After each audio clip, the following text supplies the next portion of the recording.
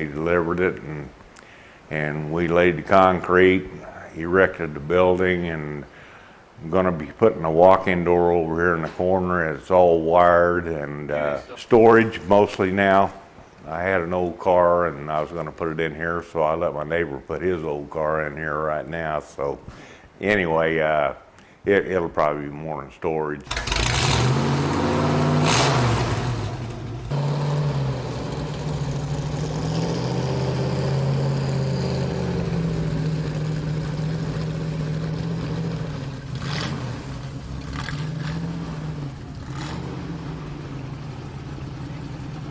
And I really like the building, I like the shape of it, and had a lot of compliments on it.